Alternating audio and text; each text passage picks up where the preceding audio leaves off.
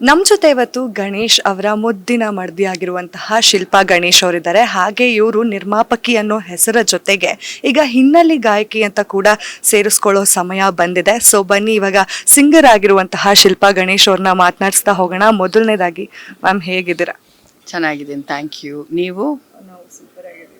And ಈಗ ಒಂದು ಹಾಡನ್ನು ಹಾಡಿದ್ರ ಪಿಕ್ಚರ್ ಸಿನಿಮಾದಲ್ಲಿ, ನಿಮ್ಮದೇ ನಿರ್ಮಾಣ ಸಂಸ್ಥೆ.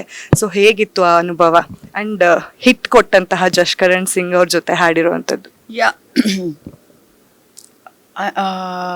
ಈ ಸಾಂಗ್ ಆಗೋವಾಗ ನನ್ನ ಮ್ಯೂಸಿಕ್ ಡೈರೆಕ್ಟರ್ ಎಸ್ಪೆಷಲಿ ಅವ್ರು ಹೇಳಿದ್ರು, ನಾನು ಅಲ್ಲಿ ಹಾಡ್ತಾ ಇದ್ದೆ ಸ್ಟುಡಿಯೋದಲ್ಲಿ. ಆವಾಗ ಟ್ರೈ ಮಾಡಿ, ನೀವು ತುಂಬ ಚೆನ್ನಾಗಿ ಹಾಡ್ತೀರಾ, ಇದು ಇಲ್ಲ ಆಮೇಲೆ ಅಂತ ಅವರು ಫಿಕ್ಸೇ ಆಗಿಬಿಟ್ರು, ಇಲ್ಲ ನೀವೇ ಹಾಡಬೇಕು ಈ ಹಾಡನ್ನ ಅಂತ ಹೇಳ್ಬಿಟ್ಟು. ಹಾಗೆ ಆ ಜರ್ನಿಯಲ್ಲಿ ಮತ್ತು ಮನೆಯಲ್ಲಿ ಎಲ್ಲರಿಗೂ ಗೊತ್ತಿತ್ತು ನಾನು ಹಾಡ್ತೀನಿ ಅಂತ. Ganesh was also very confident, ಇಲ್ಲ ಹಾಡು ಹಾಡು ಅಂತ. ಆ್ಯಂಡ್ ದ್ವಾಪರ ಸಾಂಗ್ನ ಹಾಡಿರೋದೇ ಜಶ್ಕರಣ್ ಸಿಂಗ್ ಅವರು. ಈಗ ಮತ್ತೊಂದು ಹಿಟ್ ಅದೇ ಸಾಲಿಗೆ ಬರ್ತಾಯಿದೆ ಅಂದರೆ ಗಣೇಶ್ ಅವರ ಒಂದು ಸಾಲಿಗೆ ಅಂದರೆ ಈ ಸಾಂಗೇ ಇರುತ್ತೆ.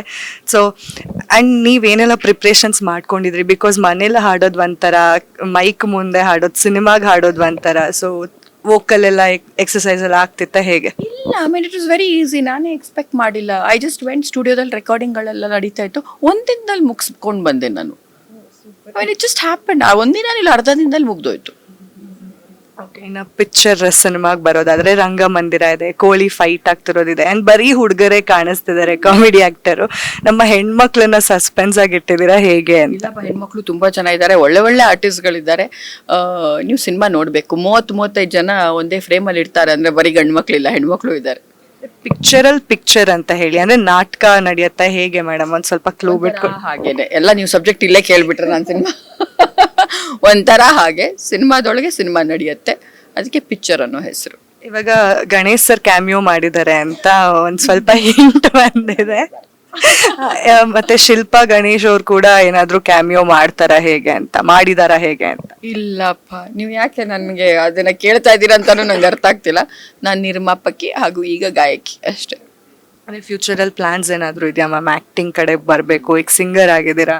ಇಲ್ಲ ನಾಟ್ ಎಟ್ ಆಲ್, ಇಲ್ಲ, ನೋ ಆಕ್ಟಿಂಗ್. ಅದೇನಿದ್ರು ಅವ್ರಿಗೆ. ಆ್ಯಂಡ್ ಇನ್ನು ನಿಮ್ಮ ಸ್ಟೈಲ್ ಅಂತ ಬಂದರೆ ಸಾಕಷ್ಟು ಜನ ನಿಮ್ಮ ಸ್ಟೈಲನ್ನು ತುಂಬ ಇಷ್ಟಪಡ್ತಾರೆ. ಸೋಷಿಯಲ್ ಮೀಡಿಯಾದಲ್ಲೆಲ್ಲ ನೀವು ಹಾಕೋ ಔಟ್ಫಿಟ್ಸ್ ಆಗಿರ್ಬೋದು, ನಿಮ್ಮ ಲುಕ್ಸ್ ಬಗ್ಗೆ ಆಗಿರ್ಬೋದು, ತುಂಬ ಜನ ಕಮೆಂಟ್ಸ್ ಮಾಡ್ತಿರ್ತಾರೆ ಆ್ಯಂಡ್ ಅಡ್ಮೈರ್ ಕೂಡ ಮಾಡ್ತಾರೆ. ಸೊ ಏನಾದ್ರು ಒಂದು ಸ್ಟೈಲಿಂಗ್ ಟಿಪ್ಸ್ ನಮ್ಮ ಹೆಣ್ಮಕ್ಳಿಗೆ ಕೊಡೋದಿದ್ರೆ? ಸ್ಟೇ ಸಿಂಪಲ್, ಲೈಕ್ ನಿಮ್ಗೆ ಏನು ಇಷ್ಟ ಆಗುತ್ತೋ ಅದನ್ನ ಹಾಕೊಳ್ಳಿ. Comfortable is most important. Comfort ಇಲ್ಲದಿದ್ದರೆ ಬಟ್ಟೆ ಏನೇ ಹಾಕೊಂಡ್ರು ಯಾವ ಸ್ಟೈಲು ಆಚೆ ಬರಲ್ಲ. Fitness I follow. See every morning ನನಗೆ 1 hour ಐ ಡೆಡಿಕೇಟ್ ವರ್ಕೌಟಿಗೆ. ಅದಂತೂ ಏನೇ ಆದರೂ ನಾನು ಬಿಡಲ್ಲ. ಸೊ ಅದರಿಂದ ಅದು ನಾನು ಚೆನ್ನಾಗಿ ಕಾಣಬೇಕು ಅಂತ ಏನಲ್ಲ, ಒಂದು ಹೆಲ್ತ್ ಒಂದು ಪರ್ಸ್ಪೆಕ್ಟಿವ್ ಅಂತ ನಾನು ಅದನ್ನು ಮಾಡೋದು. ಅದನ್ನ ಮಾಡ್ಕೊಂಡೇ ಬಂದಿದ್ದೀನಿ. I think it has help me also. And ಇನ್ನು ಮನೆಯಲ್ಲಿ ಏನಾದರೂ ಕಾರ್ಯಕ್ರಮ ಆದಾಗ ಕ್ಯಾರೋಕೆ ಸಿಂಗಿಂಗ್ ಎಲ್ಲ ಮಾಡ್ತಿರ್ತೀರಾ ಅನ್ನೋದು ನಮ್ಮ ಕಿವಿಗೆ ಬಿದ್ದಿದೆ. ಸೊ ನೀವು ಕೂಡ ಆ ಟೈಮ್ನಲ್ಲಿ ಹಾಡಿದಾಗ ಹೇಳಿದ್ದ ಟ್ರೈ ಮಾಡ್ಬೇಕು ಸಿಂಗಿಂಗ್ ಅಂತ, ಹೇಗೆ ಅಂತ? ಅಯ್ಯೋ, ನಿನ್ನೆ ಯಾರೋ ರೇಗಿಸ್ತಾ ಇದ್ರು ನನಗೆ, ಅಂದೆ ಕ್ಯಾರೋಕೆ ಮಾಡಿದೆ ನಾನು ಯಾರಿಗೂ ಮೈಕ್ ಕೊಡಲ್ಲ ಅಂತ ಹೇಳಿ ನಾನೇ ಒಬ್ಳೆ ಆಡಬೇಕು ಅಂತ.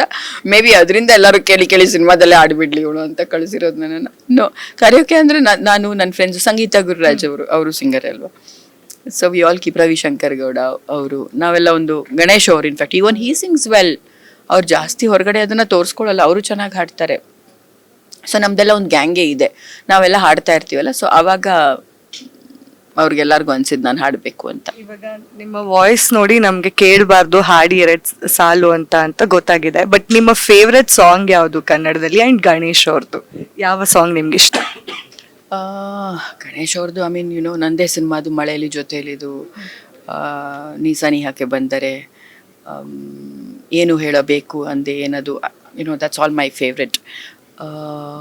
ಎಲ್ಲ ಗಣೇಶ್ ಎಲ್ಲ ಮಿಂಚಾಗಿ ನೀನು ಬರಲು, ಮುಂಗಾರು ಮಳೆ ಸಾಂಗ್ಸ್ ಅನಿಸುತ್ತಿದೆ.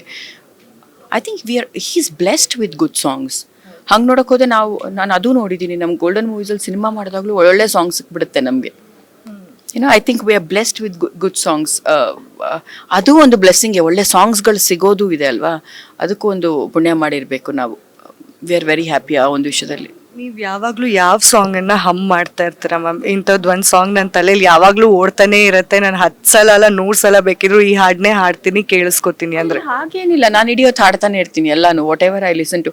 C irrespective of what it is, ನನಗೆ ಹಾಡು ಇಷ್ಟ ಆದ್ರೆ ಗಣೇಶ್ ಅವರು ಒಂದು ಮಾತು ಯಾವಾಗಲೂ ಹೇಳ್ತಾರೆ, ಒಂದು ಸಾಂಗ್ ಹಿಟ್ ಆಗಿದೆ ಅಂತ ನನಗೆ ಗೊತ್ತಾಗೋದು ಶಿಲ್ಪನಿಂದ ಅಂತ. ಅವಳು ಕರೆಕ್ಟ್ ಜಡ್ಜ್ ಮಾಡ್ತಾಳೆ, ಈ ಸಾಂಗ್ ಚೆನ್ನಾಗಿದೆ ಚೆನ್ನಾಗಿಲ್ಲ ಅಂತ ಹೇಳ್ಬಿಟ್ಟು. ಬಿಕಾಸ್ ಅಷ್ಟು ನಾನು ಮ್ಯೂಸಿಕ್ ಲವರ್, ನಾನು ನನ್ನ ಮಗಳು. So we are like music ಅಂತ ಬಂದರೆ irrespective of the actor, cinema ಯಾರದೇ ಸಿನಿಮಾ ಆಗಿರಲಿ, ಸಾಂಗ್ ಚೆನ್ನಾಗಿದೆ ಐ ಪ್ಲೇ ಎಟ್ ಹೋಮ್, ಹಾಕ್ತೀನಿ, ಕಾರಲ್ಲೂ ಅದೇ ಕೇಳ್ಕೊಂಡು ಹೋಗ್ತಾ ಇರ್ತೀನಿ.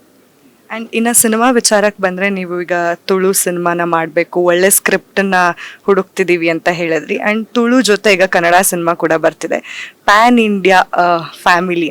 So why not pan India cinema ಆಗಬಾರ್ದಿತ್ತು ಇದು ಅಂತ? I see first of all we didn't even pan India family ಅಂತ ಸಿನಿಮಾ ನೀವು ನೋಡಿದಾಗ ನಿಮ್ಗೆ ಗೊತ್ತಾಗುತ್ತೆ ಯಾಕೆ ಅದನ್ನು ಹಂಗೆ ಕರಿತಾ ಇದ್ದೀವಿ ಅಂತ. ಪ್ಯಾನ್ ಇಂಡಿಯಾ ಸಿನಿಮಾ ಮಾಡೋಕ್ಕೆ ಹಲವಾರು ವಿಷಯಗಳು ಬೇಕಿರುತ್ತೆ ಅದರಲ್ಲಿ. I think in future of course Ganesh ಅವ್ರನ್ನೇ ಹಾಕ್ಕೊಂಡು ಮಾಡೋಣ PAN India family cinema. And ಈಗ ಸಾಂಗ್ನ ಕೂಡ ಕಾಶ್ಮೀರಲ್ಲಿ ಶೂಟ್ ಮಾಡಿದ್ದೀರಾ. ಸರ್ ಹೇಳ್ತಿದ್ರಾಗಲೇ ಎಕ್ಸ್ಕ್ಲೂಸಿವ್ ಕಂಟೆಂಟ್ ಇರಬೇಕಂತ ನಾವು ಕಾಶ್ಮೀರಲ್ಲಿ ಮಾಡಿದ್ದೀವಿ ಅಂತ. ಆ ಎಕ್ಸ್ಪೀರಿಯನ್ಸ್ ಹೇಗಿತ್ತು?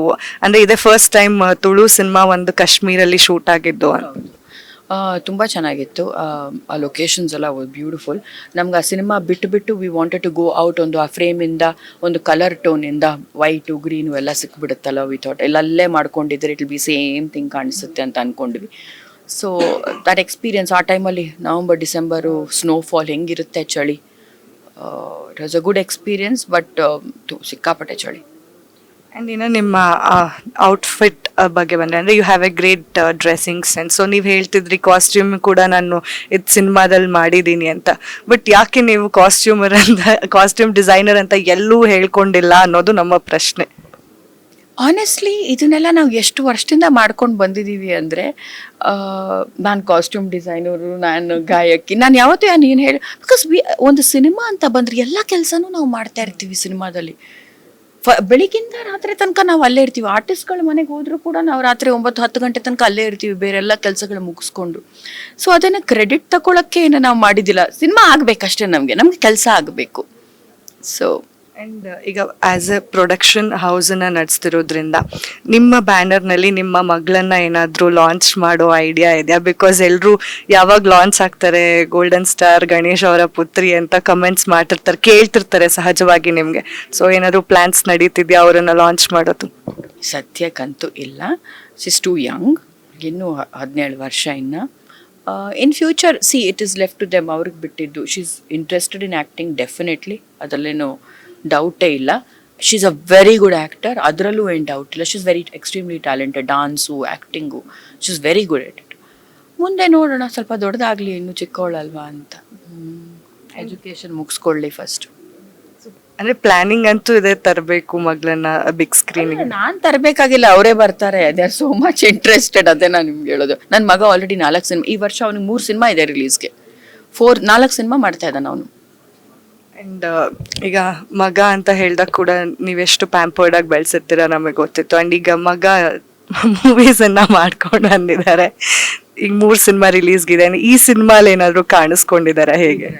ಇದರಲ್ಲಿ ಕಾಣಿಸ್ಲಿಲ್ಲ, ಇದಲ್ಲೇನು ಮಾಡಿಲ್ಲ. ಆಲ್ಮೋಸ್ಟ್ ಇವಾಗ ಡಿ ಡಿಕ್ಕಿ ರಿಲೀಸ್ಗಿದೆ, ಪಿನಾಕದಲ್ಲಿದ್ದಾರೆ, ರಾಮಲ್ಲಿದ್ದಾನೆ ಅವನು, ಸುಮಾರು ಹಿಂಗೆ ಎಲ್ಲ ಸಿನಿಮಾದಲ್ಲೂ ಇದ್ದಾನೆ. ಇನ್ನು 4 ಸಿನಿಮಾ ಮಾಡಿಬಿಟ್ಟಿದ್ದಾನೆ ಆಲ್ರೆಡಿ, ಈಗ 8ನೇ ಸಿನಿಮಾ ಅನ್ಸುತ್ತೆ ಒಂದು. ಸೊ ಡೈರೆಕ್ಷನ್ ಏನಾದರೂ ಇಂಟ್ರೆಸ್ಟ್ ಇದೆಯಾ ನಿಮಗೆ? ಈಗ ಸಿಂಗರ್ ಆಗಿದ್ದೀರಾ, ನಿರ್ಮಾಪಕಿ ಆಗಿದ್ದೀರಾ, ಸೊ ಡೈರೆಕ್ಟ್ ಏನಾದರೂ ಮಾಡ್ತಾರಾ ಸಿನಿಮಾನ? ಸದ್ಯಕ್ಕೇನು ಯೋಚನೆ ಮಾಡಿಲ್ಲ.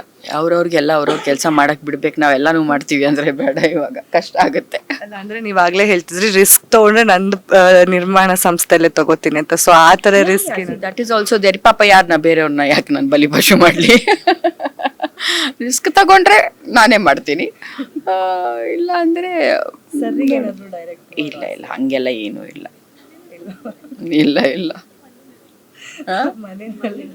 ಅದೇ ಮನೇಲಿ ಮಾಡ್ತಾ ಇದ್ದೀನಲ್ಲ ಡೈರೆಕ್ಟು. ತುಂಬಾ ಖರ್ಚು ಮಾಡೋದು ಯಾರು? ಅಂದ್ರೆ ಇವಾಗ ಪ್ರೊಡಕ್ಷನ್ ಹೌಸ್ ಮಾಡ್ತೀವಿ ಅಂತಂದಾಗ ತುಂಬಾ ಕ್ಯಾಲ್ಕುಲೇಟಿವ್ ಆಗಂತೂ ಇದ್ದೇ ಇರ್ತಾರೆ. But apart from that real ಲೈಫಲ್ಲಿ ತುಂಬಾ ಖರ್ಚು ಮಾಡೋರು ನೀವ ಸರ್ರ? ನಾನೇ. ಅಂದರೆ ಡಿಪೆಂಡ್ಸ್, ಇಟ್ಸ್ ಎಲ್ಲ ಮೂಡ್ ಮೇಲೆ ಡಿಪೆಂಡ್ ಆಗುತ್ತೆ.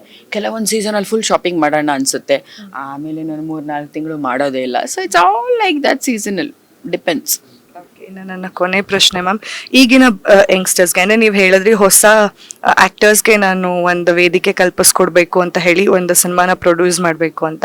ಸೊ ಈಗ ಬರ್ತಿರುವಂತಹ ಯಂಗರ್ ಜನ್ರೇಷನ್ಸ್ ಇಂಡಸ್ಟ್ರಿಗೆ ಅವರಿಗೆ ಏನು ಒಂದು ಅಡ್ವೈಸ್ ಕೊಡ್ತೀರಾ? ಆ್ಯಕ್ಟರ್ ಆಗಿರ್ಬೋದು, ಸಿಂಗರ್ ಆಗಿರ್ಬೋದು, ಅಥವಾ ಪ್ರೊಡಕ್ಷನ್ ಹೌಸೇ ಮಾಡ್ತೀವಿ ಅನ್ನೋರಾಗಿರ್ಬೋದು, ಅವರಿಗೆ ನಿಮ್ಮ ಅಡ್ವೈಸ್? ನಿಮ್ಮ ಫೀಲ್ಡಲ್ಲಿ ನೀವು ಎಕ್ಸೆಲ್ ಆಗಿ ಅಷ್ಟೇ ಹೇಳೋಕ್ಕಾಗೋದು. ನಾವು ಇವಾಗ ಪ್ರೊಡಕ್ಷನ್ ಹೌಸ್ನು ಕೂಡ ಬಂದು ಕೆಲವರು ಸಿಕ್ಕಾಪಟ್ಟೆ ಎಲ್ಲ ಖರ್ಚು ಮಾಡಿಬಿಟ್ಟು ಲಾಸ್ ಆಯಿತು ಅಂತ ಪಾಪ ಹೋಗ್ತಾರೆ. ಸಬ್ಜೆಕ್ಟ್ನ ತಿಳ್ಕೊಂಡು ಪ್ರತಿಯೊಂದು ಇದಕ್ಕೆ ಏನು ಬೇಕು ಅಂತ ಇಲ್ಲಿ ನಿರ್ಮಾಣ ಮಾಡೋಕ್ಕೆ ಏನೇನೆಲ್ಲ ಆಸ್ಪೆಕ್ಟ್ಗಳನ್ನ ತಿಳ್ಕೊಂಡ್ಬಿಟ್ಟು ಮಾಡಿದ್ರೇ ಬೆಟರ್ ಅಂತ ಅನಿಸುತ್ತೆ. ಯಾಕಂದರೆ ದುಡ್ಡು ಅನ್ನೋದು ಸುಮ್ಮನೆ ಹೋಗ್ಬಿಟ್ಟು ನಾವು ಸುರಿದು ಬಿಟ್ಟು ಆಮೇಲೆ ಹತ್ರ ಏನು ಪ್ರಯೋಜನ ಇಲ್ಲ. ಹಾಗೆ ಆರ್ಟಿಸ್ಟು ಕೂಡ you know I know it's struggling, ಎಲ್ಲನೂ ಗ್ಯಾಂಬ್ಲಿಂಗ್ ಫೀಲ್ಡೇ, ಆದರೆ ದೊಡ್ಡ ಸ್ಟಾರ್ ಆಗ್ತಾರೆ, ಇಲ್ಲಾಂದರೆ ಏನೂ ಆಗಲ್ಲ. ಪಾಪ ಎಷ್ಟೊಂದು ಜನ ಸ್ಟ್ರಗಲ್ ಮಾಡ್ತಾ ಇರ್ತಾರೆ. ಅವ್ರವ್ರ ಹಣೆ ಬರ, ಅವ್ರವ್ರದ್ದೊಂದು ಇದು, ಕೆಲವ್ರಿಗೆ ಚೆನ್ನಾಗಿ ಆಗುತ್ತೆ, ಇನ್ನಾಗಲ್ಲ, ನಾವೇನೂ ಆಗಲ್ಲ. See there is no set formula for all these things. ಅವ್ರ ಥರ ಮಾಡಿದ್ರೆ ಅವ್ರಿಗೆ ವರ್ಕೌಟ್ ಆಗುತ್ತೆ, ಇವ್ರ ಥರ ಇಲ್ಲ, ಹಂಗಾಗಲ್ಲ. ಅವ್ರ ದಾರಿ ಇವ್ರಿಗೆ ಅದು ವರ್ಕೌಟ್ ಆಗದೆ ಇರಬಹುದು. So it's all time and ಹಣೆ ಬರ. And one more question ma'am, ಈಗ ಸರ್ ಸಿನಿಮಾಗಳನ್ನು ಒಂದು ಕಂಪ್ಲೀಟ್ ಫ್ಯಾಮಿಲಿ ಕೂತು ನೋಡುವಂತಹ ಸಿನಿಮಾನೇ, ಈಗ ಪಿಕ್ಚರ್ ಕೂಡ ಅದೇ ರೀತಿಯಾದಂಥದ್ದು ಗೊತ್ತಾಗತ್ತೆ. ಈಗ ಸಿನಿಮಾ ಬಗ್ಗೆ ಕೊನೆಯದಾಗಿ ಏನು ಹೇಳ್ತಾರೆ ಆ್ಯಂಡ್ ಯಾವಾಗ ರಿಲೀಸ್ ಆಗ್ತಿದೆ ಅನ್ನೋದನ್ನ ನೀವೇ ವೀಕ್ಷಕರಿಗೆ ತಿಳಿಸೋದಾದ್ರೆ? ಜುಲೈ 24ಕ್ಕೆ ನಮ್ಮ cinema release. It's a complete family entertainer, comedy cinema. ಒಂದು ನಿಮಿಷನೂ ಬೋರ್ ಆಗಲ್ಲ, ಅಷ್ಟಂತೂ ನಾನು ಗ್ಯಾರಂಟಿ ಹೇಳಬಲ್ಲೆ. ಎಲ್ಲರೂ ಒಂದ್ಸತಿ ಬಂದುಬಿಟ್ಟು ಥಿಯೇಟ್ರಲ್ಲಿ ನೋಡಿ, ನಿಮಗೆ 2.5 ಗಂಟೆ ಒಂಚೂರು ಬೋರ್ ಆಗದೆ ನಾವು ರಂಜಿಸ್ತೀವಿ. Thank you. ನೋಡಿದ್ರಲ್ಲ, ಇದಾಗಿತ್ತು ಶಿಲ್ಪಾ ಗಣೇಶ್ ಅವರ ಮಾತು. ಕ್ಯಾಮ್ರಾ ಪರ್ಸನ್ ವಿಶ್ವನಾಥ್ ಜೊತೆ ನಾನು ಚಂದನಾ.